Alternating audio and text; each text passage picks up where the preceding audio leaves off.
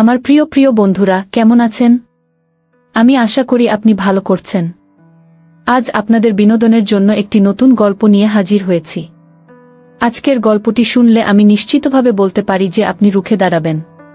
তাই বন্ধুরা, গল্প শোনার আগে হেডফোন ব্যবহার করতে ভুলবেন না। তো আর কোনো ঝামেলা না করে গল্পটা শুরু করা যাক।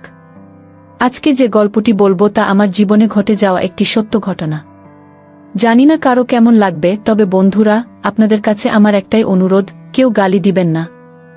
গল্পের নায়িকা রাবেয়া বেগম একজন ধার্মিক গৃহবধূ।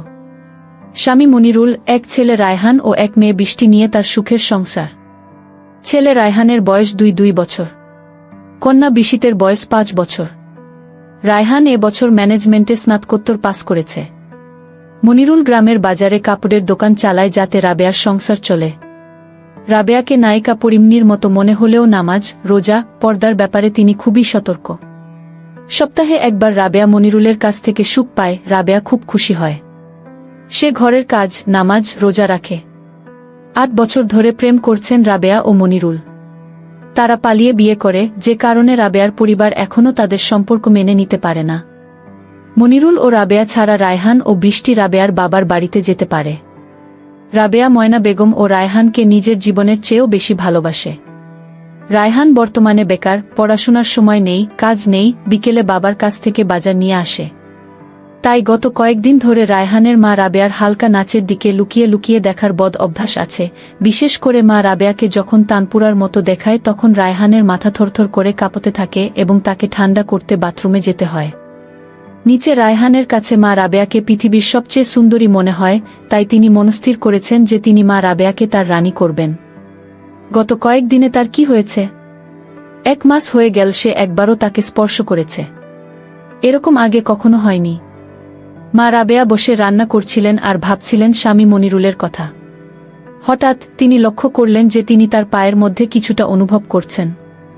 আমার কি হচ্ছে? দিন দিন দেখছি আমার ক্ষুধা বাড়ছে। দিতে পারছি না, জোহরের নামাজ পড়তে হবে। রাবেয়া বলল, এদিকে আয় মা। কি? আমাকে বলো মা, তুমি কি সবজির দিকে তাকাতে পারো? আমি গোসল ছেড়ে যাইনি।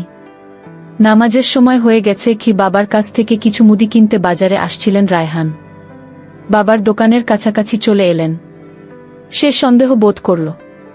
বাবার দোকানের সামনে মেয়েটিকে ছিল। বাবা কোথায় ছিলেন? ঠিক কি ছিল তার সামনে? রায়হান মনে মনে ভাবল, আমাকে রহস্যটা জানতে হবে। রায়হান কাছে গিয়ে অন্যদিকে তাকাল। বাবা মেয়ের কথা শোনার চেষ্টা করলেন। তিনি যা শুনেছিলেন তা বিশ্বাস করতে পারছিলেন না। রায়হান বলল, এই কথাগুলো আর কতদিন এভাবে লুকিয়ে থাকবে? বিয়ে না করা পর্যন্ত আমি তোমাকে নিয়ে যাব এবং আমাকে তোমার বাড়িতে নিয়ে যাবে। খুব তাড়াতাড়ি ডিভোর্সের কাগজপত্র বাড়ির বুয়ের কাছে পৌঁছে যাবে। আর বুটা চলে যেতেই আমার কথা শুনে রায়হানের মনে হল, বাবা আমি আর বাজারে থাকতে পারবো না। এখনই বাসায় গিয়ে মাকে দেখতে হবে। রায়হান তার বাবার সামনে এমনভাবে মুখ করে যেন এইমাত্র এসেছে এবং খুব ব্যস্ত বাজার থেকে বেরিয়ে গেছে। রায়হান দ্রুত বাড়ির দিকে রওনা দিল। আজকের রাস্তাটা মনে হচ্ছিল অন্তহীন। 2 মিনিটের মতো রাস্তা পেরিয়ে রায়হানের অজান্তেই এক অদ্ভুত আনন্দের স্রোত চলে আসছিল। এখন থেকে তার বাবার সাথে যা ইচ্ছা তাই করতে পারল। রায়হান বাড়ি পৌঁছালো, সোজা রান্নাঘরে গিয়ে বৃষ্টিকে জিজ্ঞেস করল, এটা কোথায় রেখেছ মা? বাবা তাকে বাথরুমে যেতে বলল, আমি কি শুনি? বৃষ্টি উঠে উত্তর দিল, আর দেরি করো না, ঘিসে দ্রুত চলে গেল। পাঠকদের সুবিধার জন্য বলছি, গতকালের বৃষ্টিতে বাথরুম ও বাথরুমের দরজা ভেঙে গেছে। মা রাবেয়ার চিরন্তন অভ্যাসের গল্পে ফিরে আসা যাক। যখন সে গোসল করছিল, রাবেয়া, যে নিজেকে পরিষ্কার করেছিল, গোসলের জন্য একটি বালতি ভরে এবং কিছুটা স্বস্তি পেতে বাথরুমে প্রবেশ করে। সে বাথরুমের গেটে দরজা ছেড়ে চলে গেল। এ সময় রায়হান টিউবওয়েলের গেটে একটি সাপকে দাঁড়িয়ে থাকতে দেখেন। রায়হানকে দেখে সাপটি শব্দ করে পালিয়ে যায়। রায়হান সাপটিকে তাড়া করতেই সাপটি বাথরুমে ঢুকে পড়ে। রায়হান 2 হাতে বাথরুমের দরজা ঠেলে বাথরুমে ঢুকল। মা রাবেয়াকে স্বস্তি পেতে দেখে তিনি মূর্তি হওয়ার চেষ্টাও করেননি, কারণ তার মা রূপী এমন একজন হৃদয়ের অধিকারী। তাকে সাপের হাত থেকে রক্ষা করতে হবে। মা, তুমি একটু নড়বে না। মন খারাপ না করে রায়হান মা রাবেয়াকে আদেশ করে 2 হাতে বাথরুমের দরজাটা মা আর সাপের মাঝে ফেলে দেয়। সঙ্গে সঙ্গে সাপটি পালিয়ে যায়। রায়হান সাপ থেকে সরে গিয়ে মার দিকে তাকালেই মা রাবেয়াকে তুলছে। বৃষ্টি হচ্ছে, ওরে আমি দেখছি গানটি তার পথ হারাচ্ছে। অপব্যয়ী ছেলে রায়হান রাবেয়াকে কোলে নিয়ে পানি দিয়ে তার গায়ের ময়লা পরিষ্কার করে তাকে ঘরে ফিরিয়ে আনে। ভাই, তার কি হয়েছে? দূর থেকে বৃষ্টি দেখে কান্নাজড়িত মুখে রায়হানকে জিজ্ঞেস করতে দৌড়ে যায়। তুমি ঠিক আছো? তোমার মাকে দেখেছি। রায়হান তার বোনকে আশ্বস্ত করে রান্নাঘরে পাঠায়। রায়হান হাতে পানি নিয়ে তার মুখে পানি ছিটিয়ে দেয়। এমন সময় তার মাথায় একটা শয়তানি বুদ্ধি আসে। আচ্ছা, আমার মা যদি এখন অজ্ঞান হয়ে যায়, তাহলে আমি কেন এই সুযোগটি কাজে লাগাচ্ছি না, নিজেকে প্রশ্ন করে রায়হান।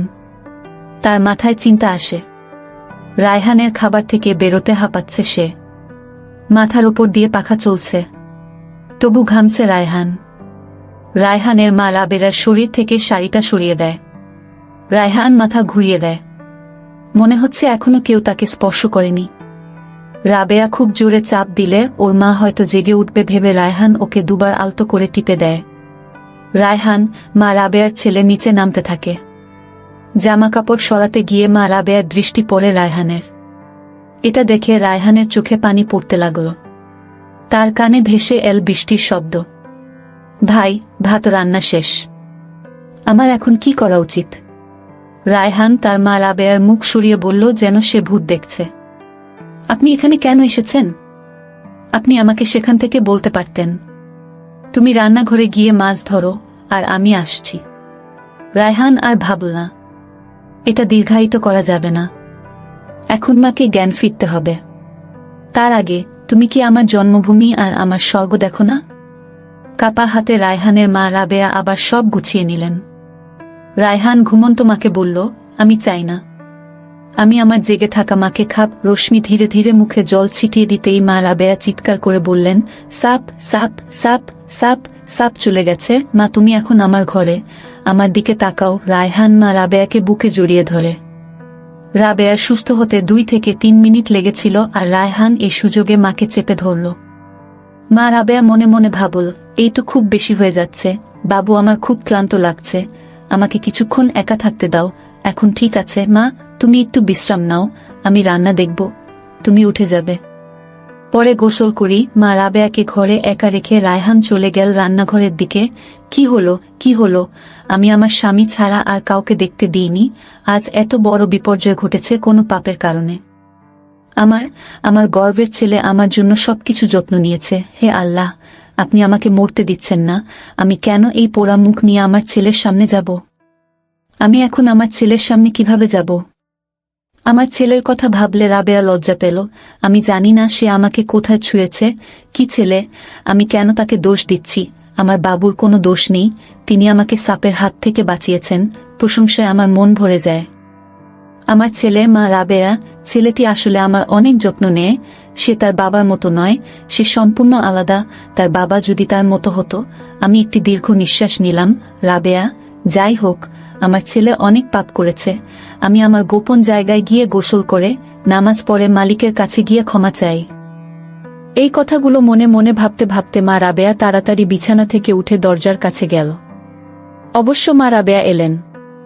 মা রাবেয়া তার সামনে রান্নাঘরে বসে থাকা ছেলেটি তরকারির দিকে ফিরে গেল। এখন কিভাবে সে তার ছেলের সামনে নলটি পার করবে?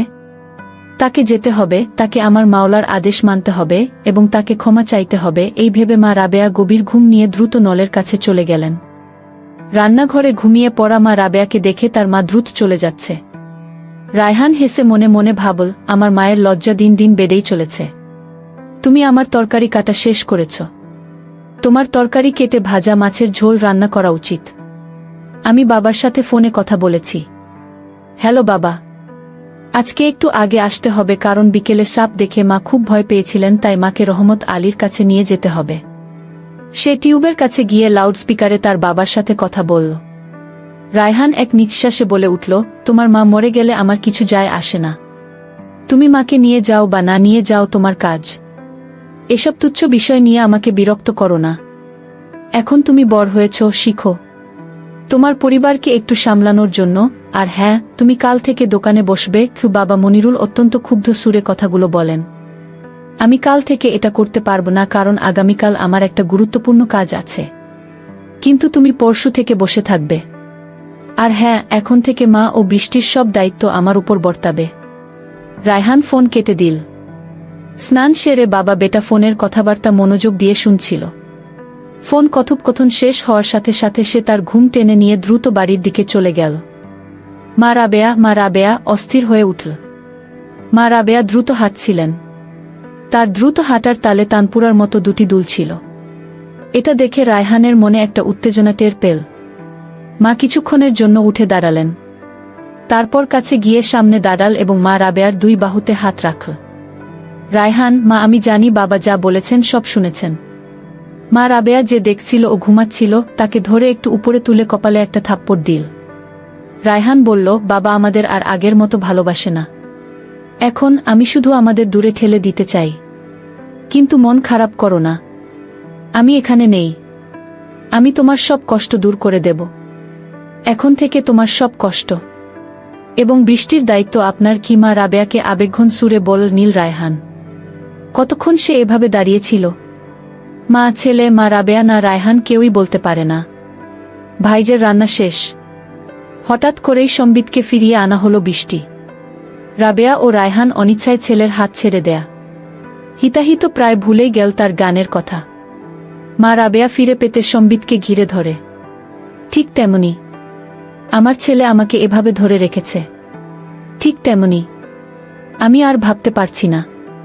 দৌড়ে বাসায় গিয়ে নামাজের জন্য দাঁড়ালাম। রাবেয়া, মাগরিবের নামাজের পর মাওলানার কাছে নিয়ে যাব। মা রাবেয়া, তোমার সাথে একটু করুণা নাও। হাসি মুখে বলুন রায়হান রাবেয়ার পালিয়ে যাওয়ার দৃশ্য দেখে। ভাই খাও, মা ডাকছে, আমি রায়হানের রুম থেকে আসছি। রায়হান বৃষ্টি থেকে উত্তর দিল, তাড়াতাড়ি খেয়ে ঘুমাও। তোমার ভাই আর আমি কিছুক্ষণের জন্য হুজুরের কাছে যাব। খাওয়ার সময় মেয়েটি বৃষ্টিকে অনুরোধ করল। মা রাবেয়ার ইচ্ছে ছিল বাড়ির বাইরে কোথাও যেতে। মা রাবেয়া কিন্তু রহমত আলী তাকে কখনো মাওলানার কাছে যেতে দেননি। রায়হানদের বাড়ির সবাই মাটিতে বসে খেয়েছে। মা রাবেয়া আর রায়হান মুখোমুখি বসেছিল। তারা খেতে খেতে মাটিতে হেলান দিচ্ছিল। এপ্রনটা একটু ঢিলেঢালা ছিল। মা রাবেয়া, মা কি বোরকা পরতেন? মা রাবেয়া বলতে পারে যে সে তার বোরকা খুলে ফেলবে। মা রাবেয়া তাড়াতাড়ি তার এপ্রন ঠিক করে দিল। বোরকা কোথায় পাব? তোমার বাবা কি আমাকে আরেকটা বোরকা কিনে দিয়েছে? আমি তাকে বললাম আগের বোরকাটা ছিঁড়ে ফেল। কতবার বলেছিলে বোকা কিনতে? যদি সে এটি না কিনে তবে তার কাছে কোনো টাকা নেই। প্রথমে তিরস্কারের সুরে বলল, মা গো, আমি কিনব। আজকে শাড়ি পরে যাব কি? মা রাবেয়ার মুখের দিকে তাকাল। খাওয়া শেষ করে রায়হান নিজের রুমে এসে নীল প্যান্ট পরে। মা রাবেয়া মেয়েটি বৃষ্টিকে ঘুমাতে রেখে আয়নার সামনে দাঁড়াল। সে এক মুহূর্ত তার চোখের দিকে তাকাল। নীলের সাথে কাজল আর গায়ে একটু পারফিউম। নীল এই পারফিউম আর কাজল ছাড়া আর কোনো প্রসাধনী ব্যবহার করে না। মা রাবেয়া দরজার চেন টেনে লক করে দেন। রায়হান পাগলের মতো তাকে দেখছিল। তাকে দেখতে অনেকটা অফিসারের মতোই লাগছিল। মা রাবেয়া 5 ফুট 4.5 ইঞ্চি লম্বা। মা রাবেয়া। বন্ধুরা, আজ একটু দেরি হয়ে গেছে, তাই এই গল্পের পরবর্তী অংশ আগামীকাল দেব। সে পর্যন্ত ভালো থাকুন, সুস্থ থাকুন এবং আমাদের চ্যানেলটি সাবস্ক্রাইব করুন।